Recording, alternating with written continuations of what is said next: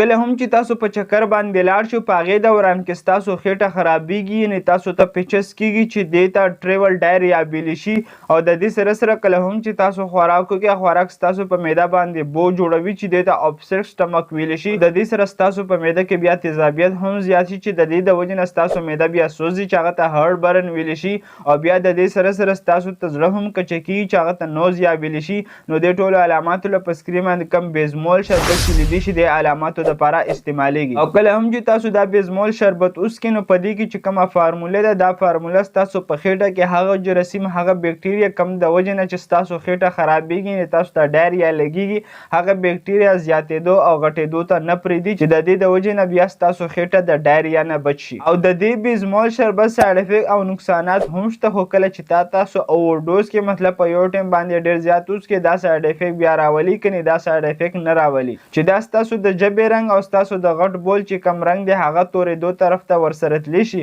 او ستاسو چې کومه خېټه ده هغه هم قبضیت یعنې کانسټیپیشن طرف ته ورسره تللی شي. او ستاسو چې کوم د غوږونو اورېدل دي په هغې کې رنګینګ یعنې د ټلې په شان اوازونه هم ورسره راتلی شي، خو دا نه راولي چې کله دا تاسو اوورډوز نه کړئ. او که چیرې ستاسو په وجود کې دا بیماري یا دا علامات یو په دې دوران کې تاسو دا بیزمول شربت استعمالوئ، نو په دې دوران کې به خامخا تاسو د خپل ډاکټر نه یو ځل تپوس کوئ. هغه زنانه چې حمل لري یا ماشومانو ته پی ورکوي، یا هغه ماشومان د چا عمر چې د 3 کالو نه کم، یا هغه ماشوم چاته چې چیکن فوکس یا انفلوئنزا بیماري شوي وي، یا هغه ماشوم یا غټ انسان چاته چې رین ساینډروم، یعنې دا یو داسې بیماري ده چې په دې کې د ماشوم یا د غټ انسان په وینه کې کم د شوګر مقدار دی هغه ډېر زیات په एकदम راکم شي، چې د هغې د وجې نه بیا د هغه په وینه کې امونیم اسیډیټي ورته ویلی شي هغه ډېر زیات شي، چې د دې د وجې نه بیا د هغه یې نه هم وپړسېږي او دا پړسوب د هغه برین یعنې مغزو طرف ته هم لاړ شي، چې د دې د وجې نه بیا په هغه ماشوم باندې بار بار الټې راځي، تبه پرې راځي او ورسره ډچکې هم پرې شروع شي. او یا که چېرې انسان ته د ګردو بیماري وي یا د ینې بیماري وي، یا هغه انسان چې کله زخمي شي یا ماشوم چې کله زخمي شي د هغه د وجود نه وینه ډېره زیات په مقدار سره بهر ته ځي،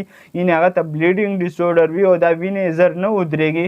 یا کله هم چې دا بیزمول شربت وڅکي د هغه په وجود باندې د الرجي علامات راولي، نو په دې دوران کې د استعمالولو نه وړاندې به خامخا تاسو د خپل ډاکټر نه یو ځل تپوس کوئ، ځکه چې دې ته په میډیکل کې کنټرا انډیکیشن ویلی شي. نو که چېرې دا ویډیو انفارمیټیو وي، تاسو ته یې لږه هم فایده درکړې وي، نو د خپل فرینډ سره یې هم شیر کړئ چې هغوی ته هم دغه شان فایده وشي. شکریه، الله حافظ.